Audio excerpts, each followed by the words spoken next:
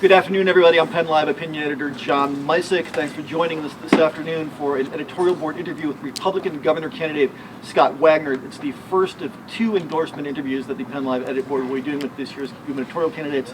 Governor Tom Wolf will be in this very seat next week, and for the next hour we'll be chatting with Senator Wagner and trying to squeeze in as many of your questions as we can. Senator, thanks for coming out. Appreciate it. You're welcome. Usual drill, we can give you a brief opening statement or dive right into questions, whatever your pleasure. I think real briefly, everybody knows my background, private sector business owner from York, grew up on a farm. I ran a write-in campaign in 2014. I served in the Senate for a little over 4 years. I announced my candidacy for governor last January, so I've been traveling the state extensively.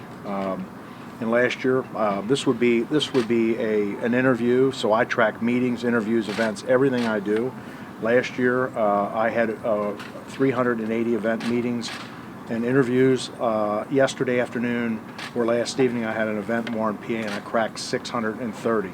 So I'm everywhere around the state. I'm talking to people, learning about the issues, and there are a lot of issues. So I look forward to the questions today, and I'm sure it'll be a lively and spirited interview. All right. Jen, honesty. Okay. Actually, can I start? Go ahead. Since Yeah. we Yeah. work the reader panel, and we always ask the readers the same question: is you've been at this long enough now in this campaign? Is there one word that describes what it's been like to run for governor?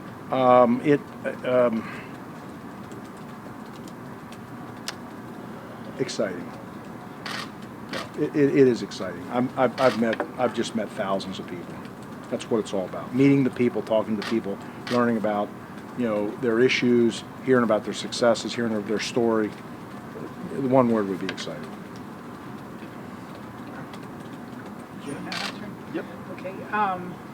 The other night at the debate, I thought Alex Trebek started leading his question about education and education funding in one direction, and I thought he was going to get back to this, but he pointed out that in 2011 that you supported Governor Corbett's budget plan that called for reducing, that ended up cutting funding for, I'm not blaming him, but ended up resulting in a reduction of $1 billion, and now you're calling for $1 billion increase in public education funding.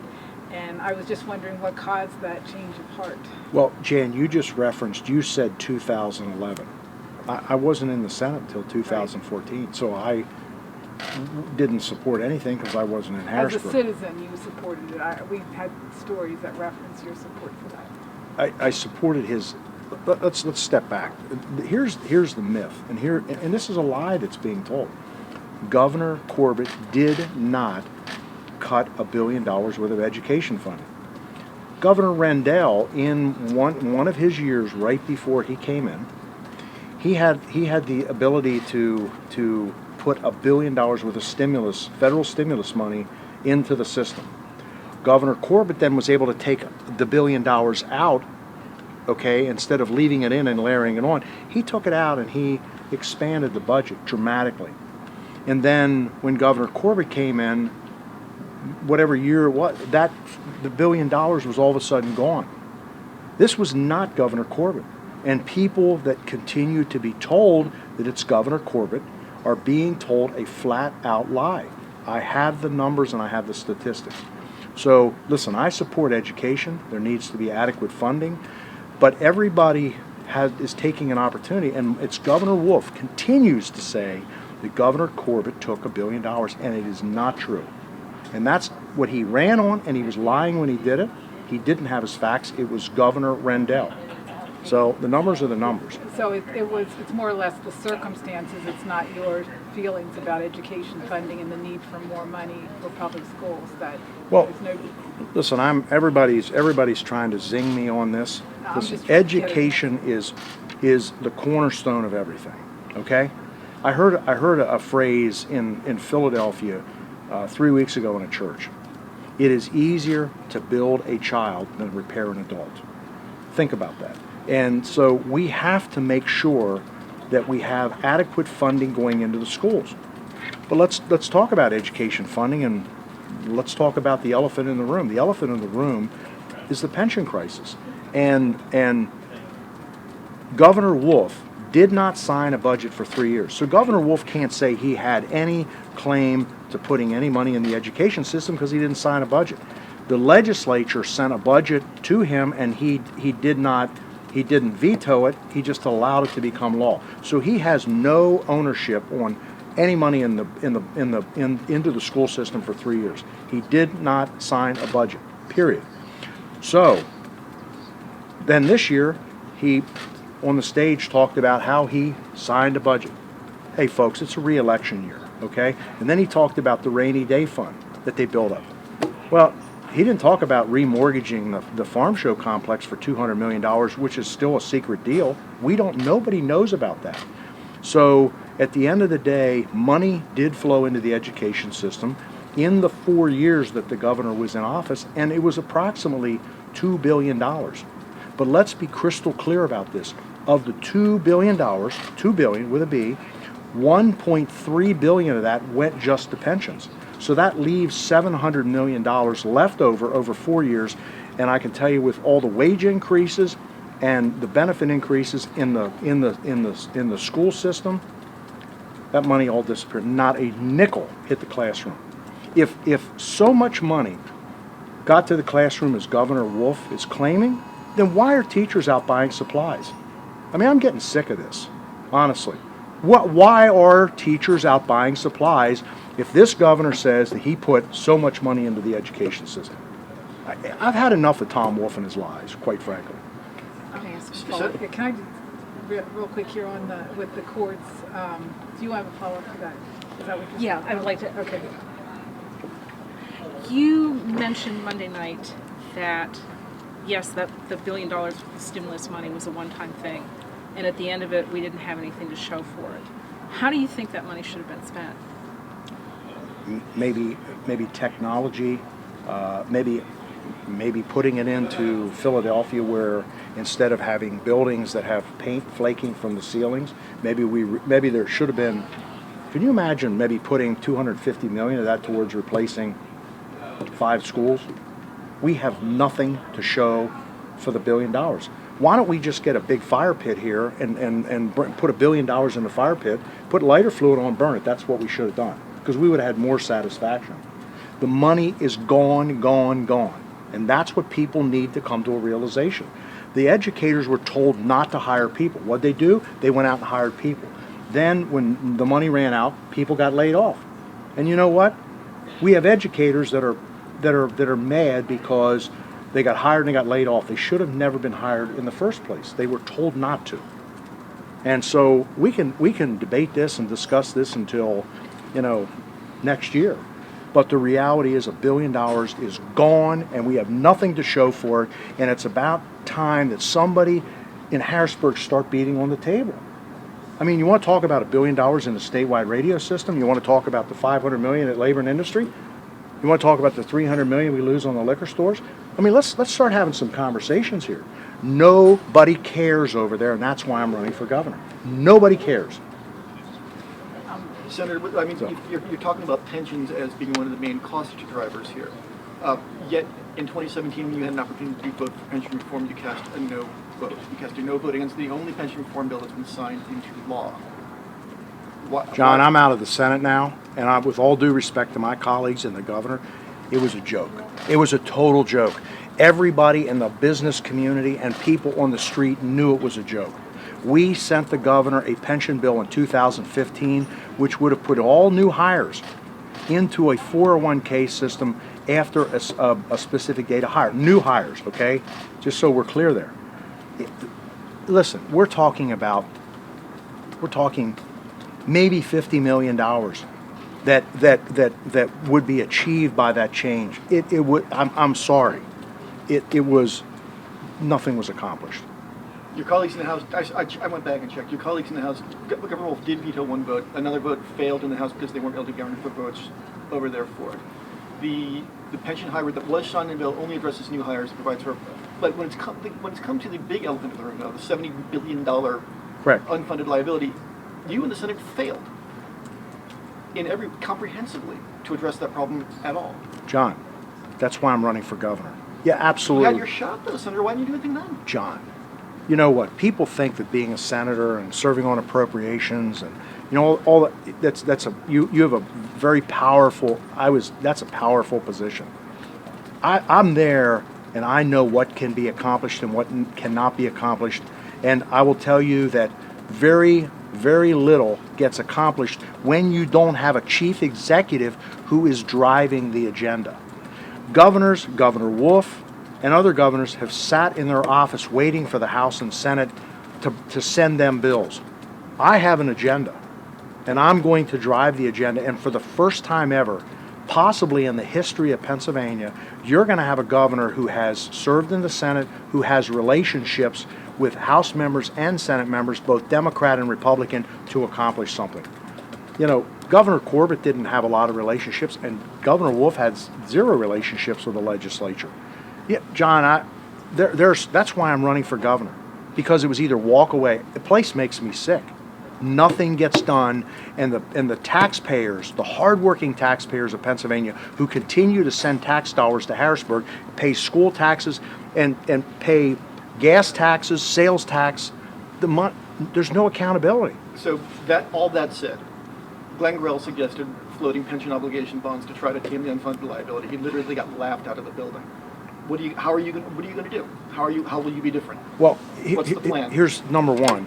In 2016, the PSERS performance return on a benchmark goal of 7.5% was 1.29%. John, there was 49.2 billion. So I'm going to do some rounding here. Let's round 49.2 to 50 billion. And the goal was 7.5%, and the actual return was 1.29%, 6.2% under the goal. Well, let's round 6%, 6.2 to 6. 6% of 50 billion is 3 billion. We paid money managers $416 million. They didn't perform. They should have been fired, and they should have never been paid. Then the treasurer comes out and issues a report and says that we have overpaid money management fees to the tune of $5.5 billion over 10 years, 550. And then, this was even better yet. On the stage at the debate the other night, as soon as I got to Harrisburg, the very first thing that I identified, there were 343 money managers in Harrisburg. We were paying $1 billion in management fees. That's the first thing I latched onto that like a starving dog onto a T-bone steak. I was walking all over the Capitol talking. The governor sat on the stage and said I was supporting Wall Street. I'm sorry. I wasn't supporting Wall Street at all. Wall Street, we should have gone down to probably 5 or less money managers. There's one state that has one money manager. But meanwhile, again, we accepted 1.29%. And Governor Wolf was in office in 2016. He saw the report when it came out, and he saw the report, the performance report. Where was the governor? He was totally silent on that. What do you do about the unfunded liability? Because I think that's where John was going with his question. You know what we're going to have to do? We are going to have to drill down, go to zero-based budgeting.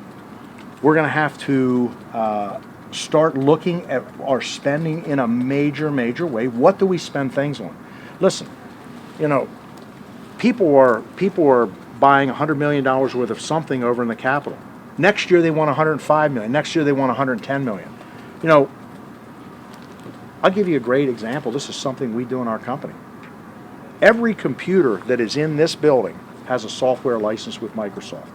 Now, is every desk filled? Like, I see empty desks here. Is there an employee of this organization is there someone who sits at that workstation every day, or is that an empty desk?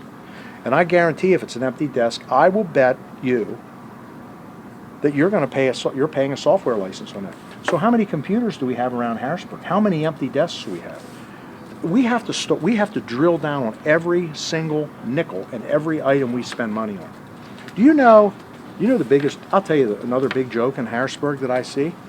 If you go around the Capitol, do you know how many coffee pots are in offices where you make a pot of coffee?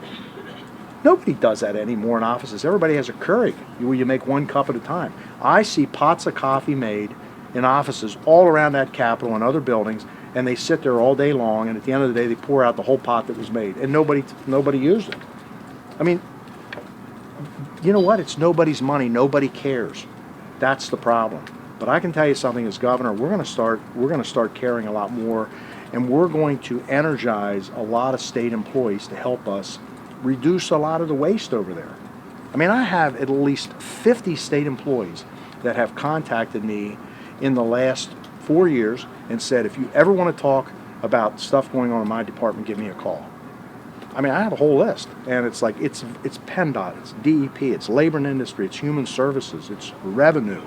You know, but nobody talks to these people.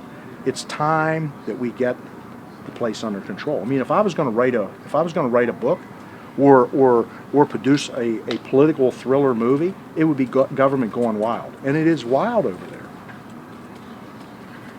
Steph. Can we talk about your tax returns? We'll talk very briefly. Sure. There's been some criticism surrounding your decision not to release, and around your statement regarding union representation as a concern. If you release your tax returns, your employees may use it as a tool for unionization. Is that truly the concern behind why you won't release them, and have you reconsidered at all? No, I haven't reconsidered, and I'm not going to release my returns. I have met all compliance requirements. I own multiple businesses, and I have dozens of investments. And I am a sub-S corporation. All of my partnerships, I have no ownership, or do I have any interest in any C corporations. Income flows in. There's a very big difference between taxable income and net disposable income. You could look at my return and say, ooh, he makes a lot of money. But you don't see the list of bank loans that I have over here that are associated to the investments that generate income. So it's very complex, and no, I won't be releasing my tax return. And if anybody can tell me where I haven't complied, I'll be happy to comply. Aside from compliance, because it's more of a break in tradition. Yeah. So your concern is that by releasing your tax returns, you won't be telling the full story, that it could be taken out of context? Absolutely, yeah. Mm-hmm. Yeah. Yeah. My tax return is very complex. It's probably this tall, and it's very complex. And I'm not going to be letting my tax return out there being interpreted by people that aren't CPAs and don't understand. And so that's my answer. But if somebody can tell me where I haven't complied, I'll be happy to comply. And I mean, we have spent a lot of time, on that compliance. As a matter of fact, I probably have spent between $25,000 and $50,000 in legal fees with an elections compliance attorney, going through all of my reporting requirements to run for governor. And also, I probably spent $5,000 or $10,000 in legal fees when I was in the Senate to make sure that I was in compliance. But you want to talk about something else? We'll talk about disclosure. Let's talk about when Governor Wolf sold his company in 2005. He and his partners walked away with a lot of money. Was it 60 million, 80, 100 million? Well, I'd like to know what that is, but there's a little bit more meat here on the bones. So the governor then went back in 2010 because his business was going to file bankruptcy. But when his business was sold, Pennsylvania pension money was used to purchase that business by a private equity group. So the money that Governor Wolf and his partners received came indirectly from the Pennsylvania, one of the pension funds, to a private equity group who had access to that, and then went in the wallets of Governor Wolf and his two partners. And then he went back in and purchased that back for pennies on the dollar. Did he buy it back for $2 million? I mean, did he sell it for 80 and buy it back for 2? How much did the pension funds lose in Pennsylvania? Is it 30 million? Is it 50 million? Is it 60 million? No, I think when that's taxpayer money, I think that's something we should get an answer to. The pension funds lost money on that deal. And how did Governor Wolf have access to that money? Well, no, wait a minute. He was Revenue Secretary under Governor Rendell. So I think there's a lot more questions I think you should be asking, and the people should be asking. I want to pivot to abortion really quickly, if I could. You voted in favor of SB 3, which is the 20-week abortion ban. Correct. You signed on as a co-sponsor to the so-called heartbeat bill, which banned the procedure after 6 weeks. Yes. there's a possibility, if the Supreme Court goes more conservative with the confirmation of Judge Kavanaugh, that abortion could be thrown back to the states. It could be a state-by-state matter. Would you, if a bill came to a Governor Wagner, sign an abortion ban that included zero exceptions for rape, incest, fetal abnormality, or health of the mother? John, I am 100% pro-life, and I have a 100% pro-life voting record. When that happens, and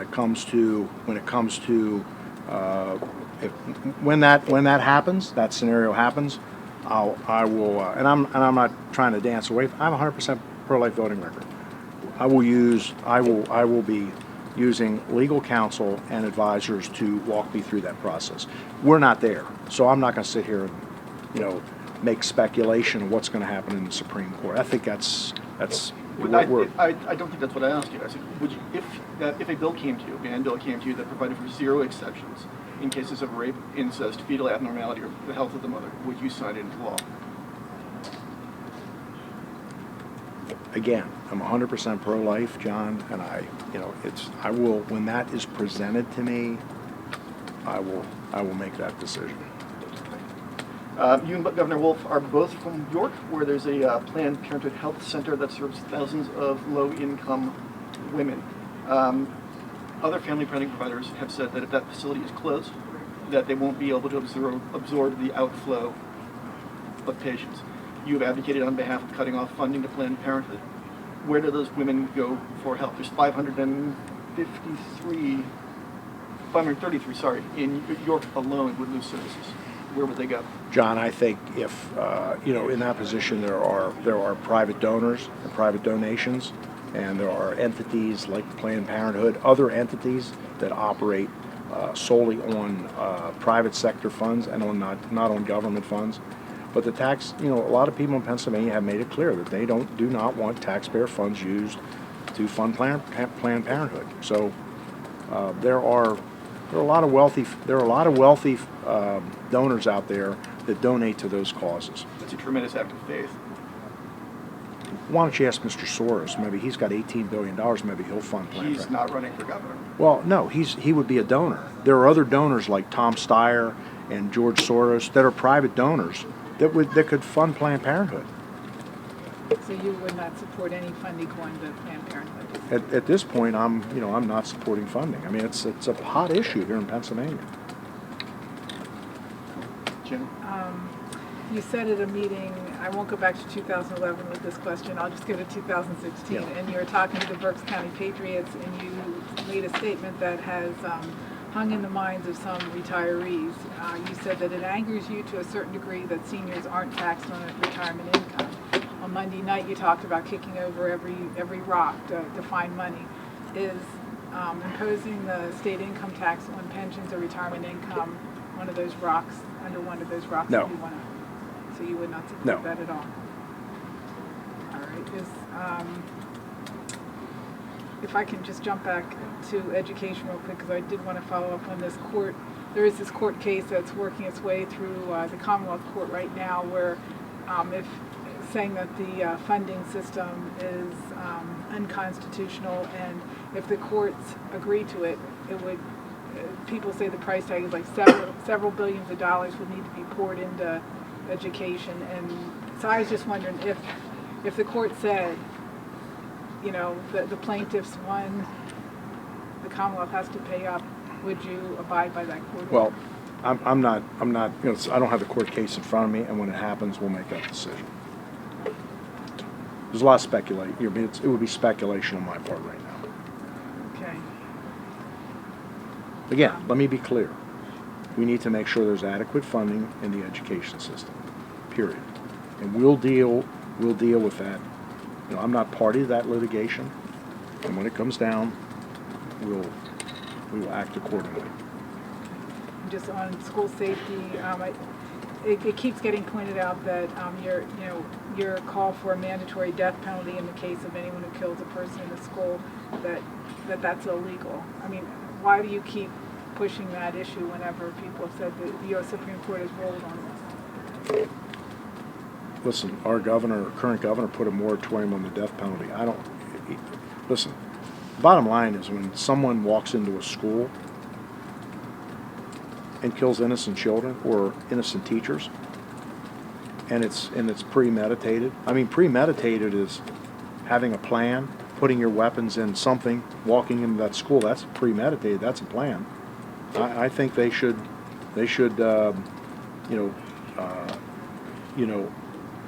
get consequences that would be due for what they did. I mean, as far as litigation right now or illegal, I'm running for governor right now. And listen, I'm going to represent the people. When you senselessly kill someone, I think there needs to be a day of reckoning. Go ahead. All right, I want to pivot to environmental issues really quickly, if I could. There's currently a moratorium on leasing of Pennsylvania state park and forest lands for oil and gas drilling. If elected, do you plan to continue that moratorium? If so, if not, why or why not? No, I will not. I will lift that moratorium. And John, what has changed? Gas companies can extract gas off of those lands without actually going on those lands. There are methods of fracking where a drill rig can go down several miles and turn right or left and go in, 6 to 8 miles. So there's a potential that those resources could be extracted without even going on that land. Listen, we are the single largest landowner in Pennsylvania, and we are spending tax dollars every single year, tens of millions of dollars of taxpayer money to buy those parcels of land. Every year we buy more and more land. And Pennsylvania is a beautiful state. I fly it routinely, and I'm not looking to go in and destroy the beauty that we have, but there are resources. Also, there are timbering opportunities. If you don't timber on a regular basis, at some point you end up with ultra mature trees. There's damage. So there's an opportunity, but the citizens of Pennsylvania they're paid for those lands. They're owned by the people of Pennsylvania, and it's a resource that should be managed. One of the things that keeps those lands beautiful that you fly over is the Growing Greener program, starting under Governor Ridge. Funding for that's been substantially reduced over the last couple of years. Do you support funding for it, support increased funding for it, and if so, how would you pay for it? Well, the answer to that is I don't have an answer today, and I'll tell you why. Because I want to know what the program encompasses, what are we doing with the money, what have we spent past money on, and what are the future needs. We have to understand all that. For me to say that I'm just going to put money into something, this is our problem in Harrisburg. I want to know where every dollar has gone, and I want to know what we've done with it, and we're going to start holding dollars accountable. And again, we'll make that decision.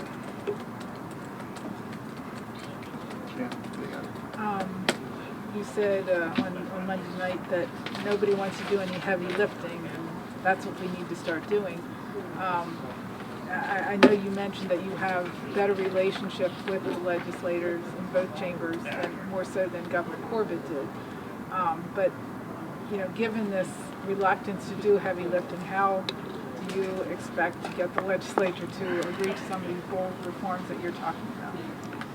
I will tell you that there are a large number of House and Senate members, some Democrats also, in addition to Republicans, that know that we need to make changes and that things are moving way too slow, and there is an appetite to get things done.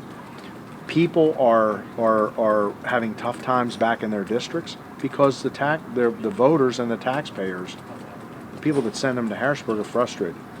It's all back to a great opportunity, and you can laugh at me when I say this, but this is how this could work, and this is how simple this could be. One time a week, I could go down to Roxy's, the breakfast place, down on 3rd Street, and I could get a back room and that seats 30 people, and I could invite House members and Senate members and have breakfast and drink, and we could be there for an hour and 15 minutes, and we could talk about issues that are front burner for them. Or maybe we go over to Sammy's one time a week and we get all of Sammy's upstairs And we invite, again, 20 to 30 people in, and we just have a private luncheon, and we sit there and talk. We don't need to go down to the cafeteria. We don't need to be, hovered over by lobbyists. It's a private setting where, House members and Senate members and the governor get together. That's what is done in the private sector all the time. There are management meetings that are done over lunch in conference rooms in the private sector. I know in everybody's heart they want to get things done in Harrisburg, but the gridlock, the current system, and when you start having the lobbying community and the special interests get involved, it just becomes counterproductive. This is actually a pretty workable situation. Are And those bipartisan meetings? Yes. Mm-hmm. Yeah. Yeah. Listen, it's a little amazing. You'll find if you go, you won't find this going on around the Capitol, in a 1 mile radius. But you'll see some Democrats and Republicans having dinner together and sitting down talking issues. You'll find 3 or 4 of them, and I've been in those settings, and there's some Democrats over here. They're very, very reasonable, and they're conservative. I mean, listen, in the political spectrum, there are 5% of Republicans that are just way off extreme, and you have them over here. But I think there's, for me personally, there is a huge opportunity for everybody to sit down. And if it's a Democrat who has an issue, and maybe I don't agree, it's like negotiating. Just like Jan, if you were a House member and you had an issue, I'd say, Jan, so educate me on what you're trying to accomplish, and you walk me through it, and I ask questions, and maybe I challenge you a little bit, and maybe you see something that you didn't see before, and maybe I see something I didn't see before, and we find middle ground. At the end of the day, it's about serving, the people of Pennsylvania. There's huge. This is probably the single largest factor that gives me a lot of optimism to know that we can get things done, and we get things done quickly. I mean, listen, we can fight like cats and dogs, and then let's go have lunch. So are these the rank and file members that are doing this, or the leadership? It's more rank and file members. Listen, I don't know what leadership does, but I see the rank and file members out. I know what they're doing, and again, I've walked around and for example, I would say 60% of the senators in the Senate that are on the Democrat side, I've had conversations with them, and I've had reasonable conversations, and at the end of the day, and there are probably 6 in the Senate, Democrat senators. If you really look at things, there's probably only 5% of whatever that divides us, or that we wouldn't agree on.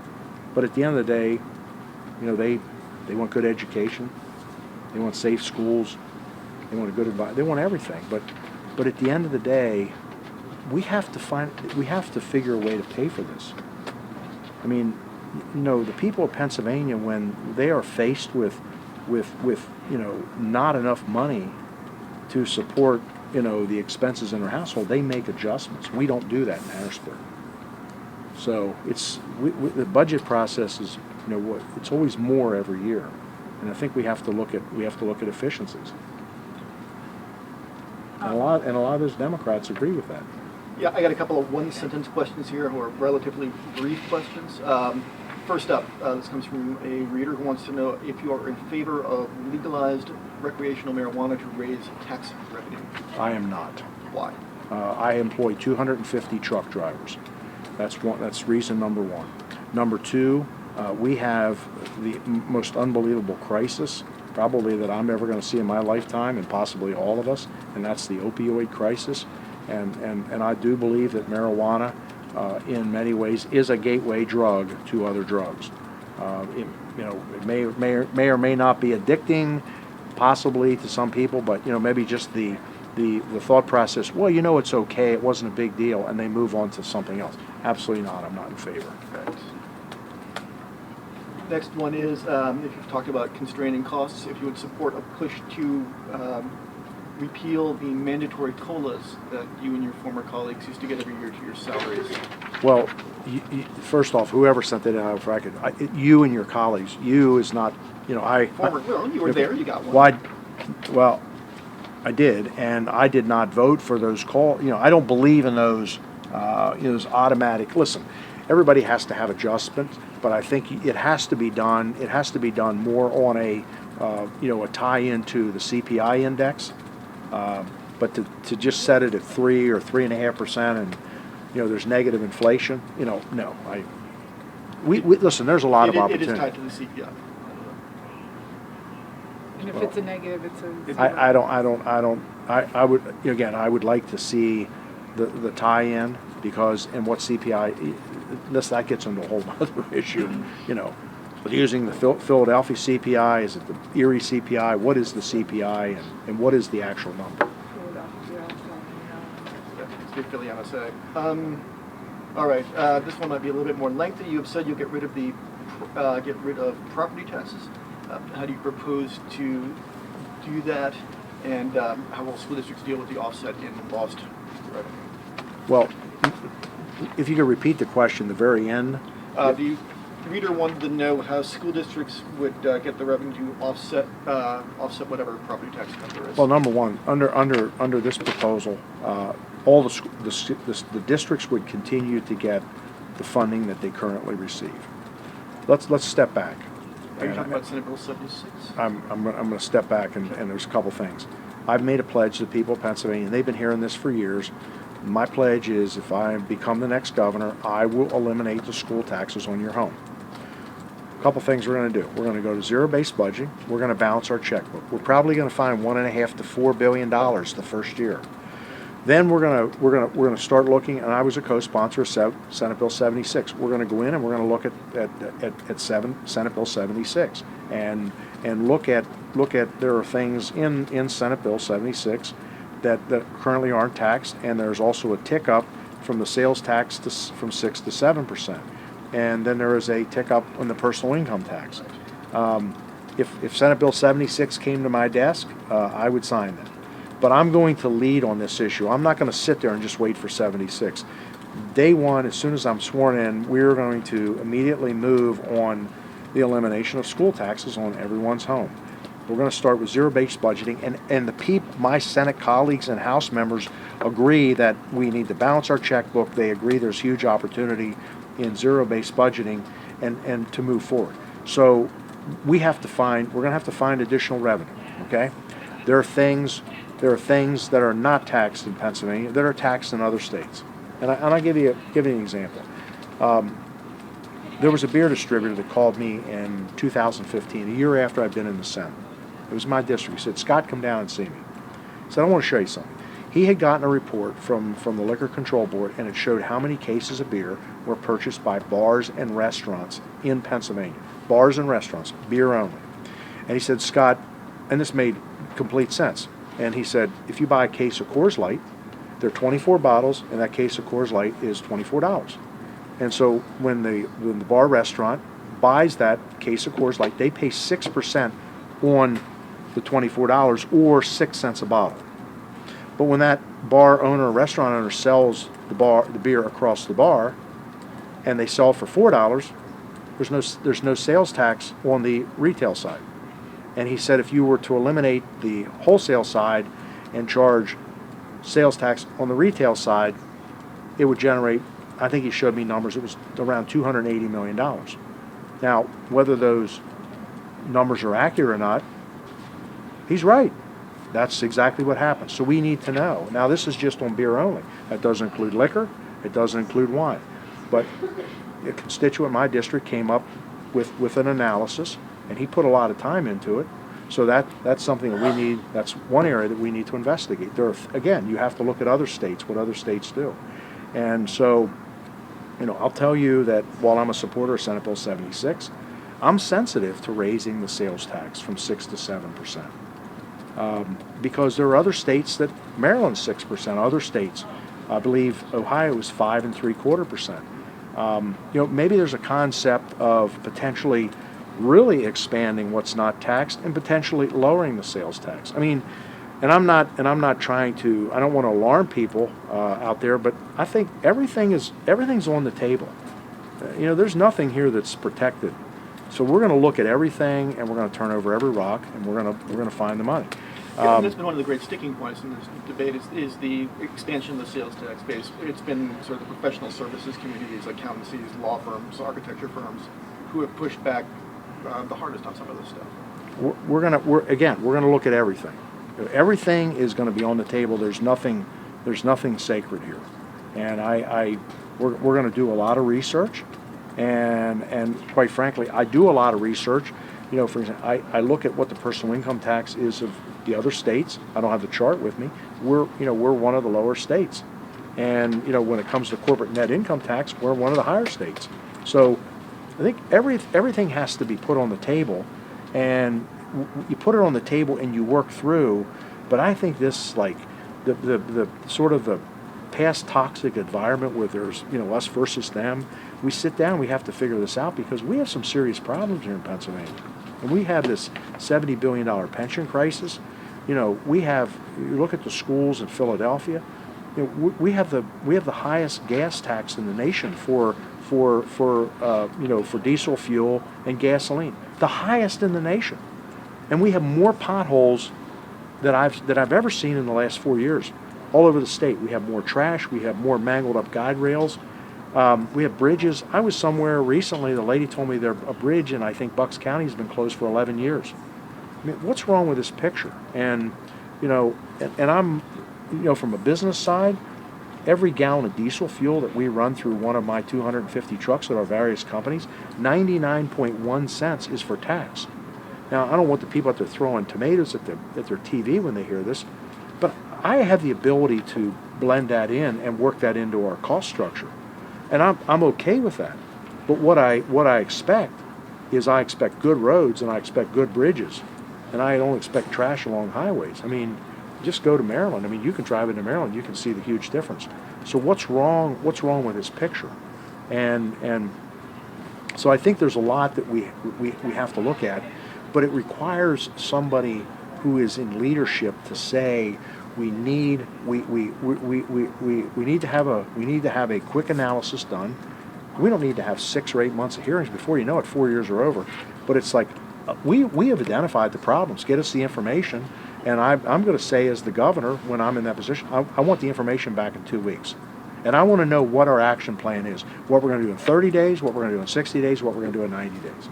And if it, we need to be replacing bridges faster, and you have DEP and labor and industry, not working together. There's things that aren't working well. I mean, listen, at the debate the other night, and I sincerely meant this. I had the opportunity to watch 1,700 people served with it was just an artful way. I mean, it was so professional. And I ended up going out to the men's room, and I saw all the supervisors and how everything was lined up. And the Hershey Convention Center, they had a system. And I made the comment, the kitchen works unbelievably over there. The kitchen's not working at Harrisburg. And it's time that we get the right people in the kitchen to make sure that the food is served on time, because it's not being served on time. We have a couple of questions from our LGBTQ readers.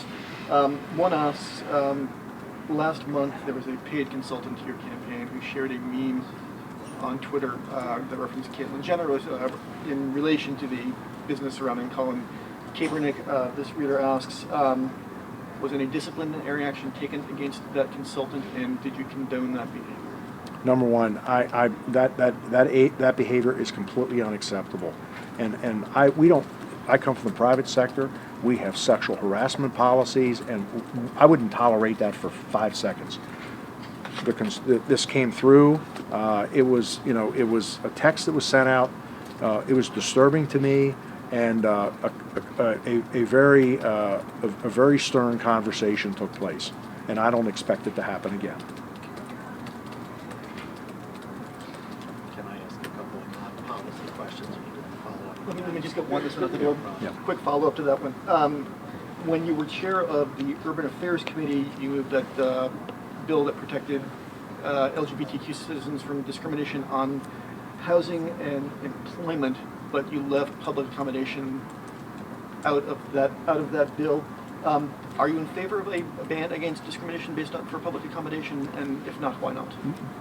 the bill that I was the co-sponsor on, and it was actually local government, so the committee that came out. It was employment, housing, and public accommodations. Public accommodations are hotels, motels, public accommodations. So I do not believe in discrimination, period. I don't tolerate it in my company, and again, I am supportive of an initiative that would ban discrimination, housing, employment, public accommodations. Go ahead. Okay.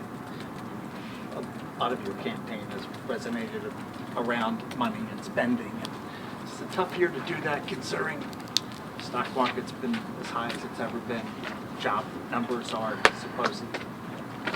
numbers are up. Is it tough to get your message to resonate in a time when I assume most Pennsylvanians are in pretty good shape? Well, we are. Well, there is a in parts of the country there is a booming national economy. Okay, Texas is doing exceptionally well. North Carolina, South Carolina, and Mississippi. We are not enjoying this national boom like a lot of other parts of the country are. Yesterday, I happened to be in Erie, and this is the Erie Times from yesterday. Erie, among nation's slowest growing cities. There are many job openings in Pennsylvania. There are between 200 and 400,000 skilled labor positions open. I believe, this is my opinion, that in many sectors we are about ready to hit the economic growth wall, because if you can't find people, you can't grow your business. And we're going to lose opportunities to state where there may be a more ready workforce.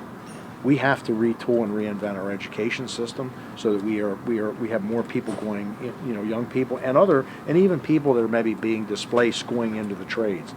Whether it's nursing, there's a huge nursing shortage. Whether it's being a carpenter, electrician, or a truck driver, mechanic. We're at the bottom of virtually every list. Our costs are high. If someone looks at our state at certain things, they look at workers' comp costs, they look at the corporate net income tax, they look at a lot of things.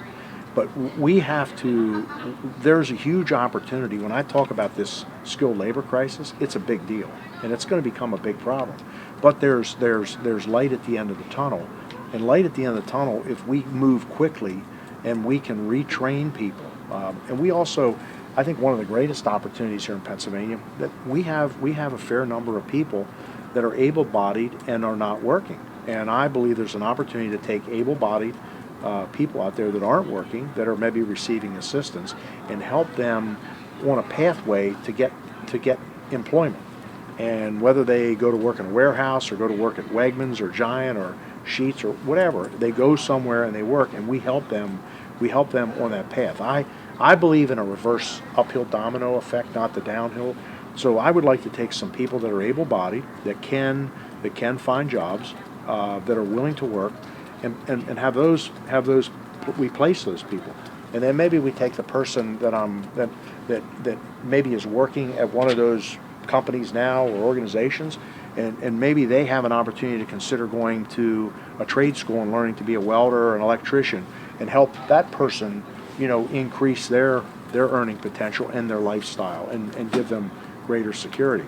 I mean, there was a story in the Wall Street Journal in the last 6 months of a lady somewhere, I think in the South, that she worked at a company, and she made about $38,000 to $40,000. She was a single mother.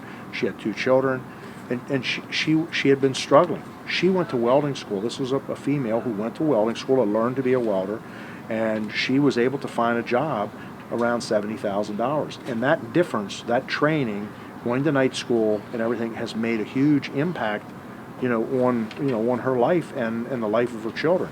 So that's a great positive story, and there are many positive stories, I think, that can become reality here in Pennsylvania. But it just takes everybody at the table realizing what the objective is. But we have people that are able-bodied that can be working, that aren't working right now. So I think there's a huge opportunity. Let me ask one other thing. Is a year long enough time? Basically, You were known in Harrisburg, York, central Pennsylvania. Is a year enough time to get your name out to the rest of the state? Well, it's really been 2 years. So I've been all over the state. We have large, again, we have large social media presence. We've seen billboards on the way to yeah. Eastern Shore. I've been in every county. I've probably had 60 farm tours. There are 109 county fairs. I've probably attended 10 or 15 of the county fairs. Although I actually did attend all the fairs. I have life-size cutouts, and we have 300 of those out. So they were at every fair. They're at every county party. So, I've been out there for 4 years, and I built relationships. And I mean, I think I'm on the street. The polls are the polls. My internal poll is my gut instinct, but my internal poll tells me that our message is resonating. And when you go to event after event after event, and a lot of times I get there, as the event is beginning, or I get there, even before it starts, and I typically stay to the end, and we've taken tens of thousands of pictures. It's just amazing. Everybody wants to get a picture. It's the game is we get it with a life-size cutout, and we do. It turns into be fun. And I've gone to probably 5 of the county fairs and participated in the 4-H livestock auctions. There's videos done, there's pictures taken. It's getting around. It's getting around talking to the people. It's resonating. You've talked about fighting the opioid epidemic, and you've faulted Governor Wolf for some of the things you think he has not done. Conversely, though, you've talked about rolling back the Medicaid expansion, through which a lot of people receive funding, receive treatment for addiction. I wonder how that is consonant with your intention to fight the opioid epidemic, one, and two, what you believe should be specifically done that is specifically different from what's being done already.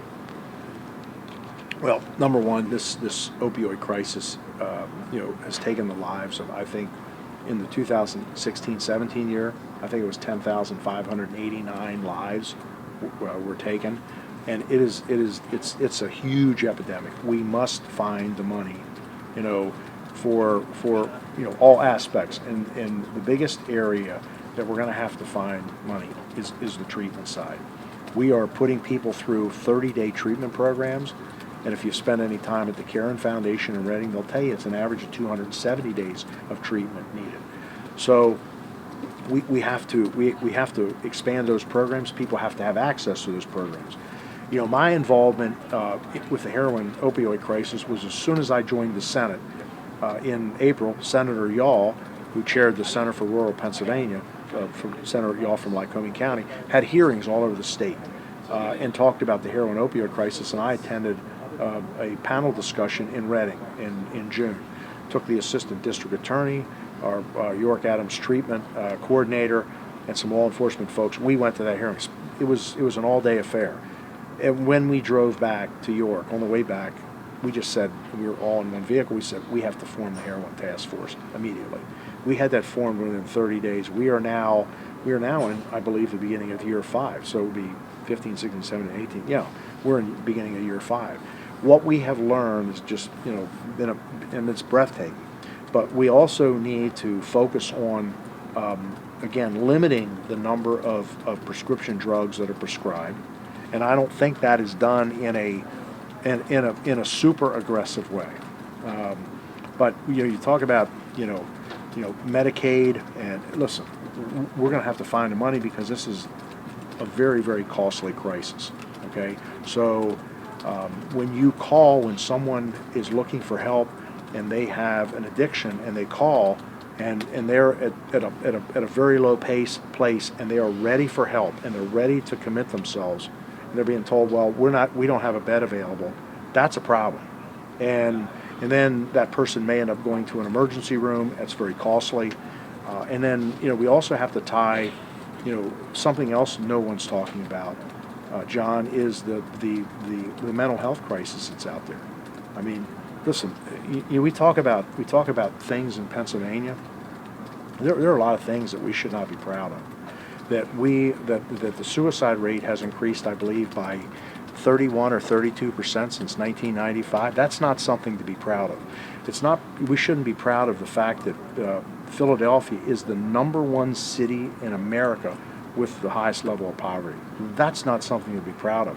And furthermore, Philadelphia actually, the Inquirer just did a story 2 weeks ago that the level of poverty has increased over the last year in Philadelphia. And I've been in Philadelphia everywhere, and I've seen the poverty. I see the drug issues, but this heroin opioid crisis is going to require, everybody coming together and taking a very different course of action. Now, and I'm going to be critical of the governor. The governor received, I think, the Philadelphia Inquirer did a story. Governor Wolf received $1.2 million from a PAC called Fairness PA. Fairness PA is owned by a group of pharmacies. That's their PAC. Those pharmacies, the ownership of the pharmacies go down like a leg on a stool, and there's a law firm that represents injured workers with workers' comp injuries, and then there are a group of doctors that treat those workers that have workers' comp injuries. So they own the pharmacies. The pharmacies turn around and gave $1.2 million to the governor, and then Senate Bill 936 was sent to the governor, and he vetoed that bill. On stage the other night, he mentioned that he started talking about firefighters and police officers. Oh, wait a minute. He just answered the question. This was all about special interests. What about the employee at Penn Waste, or what about the employee over here at ABC Construction? What about the employee down the street? So, Governor Wolf vetoed a bill that would have allowed for less prescribing of opioids, and he chose to veto that bill. He took $1.2 million, and on the stage the other night, he started to answer the question, and he said, "Well, because of firefighters and police." No, wait a minute. That's those people that he's talking about are all represented by unions. That's where he's getting his money. And he's received almost $10 million in union money in the last 4 years. So the governor is he is part of this crisis. He's not a solution. He's part of it.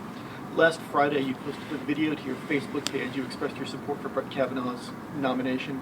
You were critical of the way it's been handled so far, and you said that you believed it overshadowed, quote, legitimate women's issues. I'd like to know, one, what you believe, what legitimate issues were being overshadowed by this, and two, you called for return to civility and decency in our dialogue. What did you mean by that? I think the ugliness in politics is just become very toxic. Listen, I don't dispute that something happened to Dr. Ford. I don't dispute that at all. Something did happen, but for Dr. Ford to come forward with an accusation and not be able to identify where, when, how, all the facts, and Judge Kavanaugh is being tried in public, and Judge Kavanaugh has to prove his innocence. This is not the way the system's working. It is also, there are more and more facts that are coming out that she did not want to publicly testify, but she has done that, and I think to a certain degree she was. I feel very bad for her. I think she was set up in many ways. I read in a newspaper, I think in the last day or two, that she's had to move. She's had death threats. Listen, there are situations like this that occur, and women need to come forward. And listen, I have daughters, and I think anybody that has a daughter, has to be sensitive to that. But I just think the political environment has become very, very toxic, and accusations, unless they are, substantiated the whole 9 yards. We're in a bad place right now. You characterize this as an attempt to tear down the president's administration in that video. Last night in Mississippi, the president mocked Dr. Blasey Ford in fairly explicit terms. Do you condone that kind of behavior from the president whom you support, one? And you've talked about women coming forward. Isn't that kind of talk a deterrent to women coming forward? Well, number one, I didn't see the president's comments from yesterday, but here's what I do know: there is a substantial effort by the left to block this Supreme Court appointment at any cost, because they believe that it is going to unwind things that have been put in place. And this president has chosen a nominee. The nominee is a federal court judge and has been through, I believe, 3 or 4 FBI investigations. I mean, it's pretty clear. It's pretty ugly. Jen, what do you? Okay, so on Saturday, your running mate Jeff Bartos is undoubtedly going to have, I think, probably a more serious discussion with his opponent than maybe you did on Monday night. What will you be doing, and are you jealous that he has that opportunity that you haven't been given despite your repeated request to have? Well, I think, number one, the bottom line is the fact that the governor will not do a town hall meeting or multiple town hall meetings, or he will not, participate in another debate or multiple debates, is shortchanging the people of Pennsylvania. I mean, I think, I think for 2 candidates to walk out on the stage or be in a town hall setting and have the people of Pennsylvania that are going to cast a vote, I think body language and mannerisms, I think, are very important. I think somebody asked, what about like a radio talk show? Well, you don't get to see body language. There's a lot of things you don't see. But I think that the Pennsylvanians that are going to cast votes that are looking for some information to make that decision are being shortchanged. As far as Jeff Bartos and John Fetterman, that will be an interesting debate. I mean, they really are, very different in their views. So, I think it's a good thing that Jeff and John Fetterman are participating in that exercise. All right, Senator, that's all the time we have. Thank you for coming in. Thank you.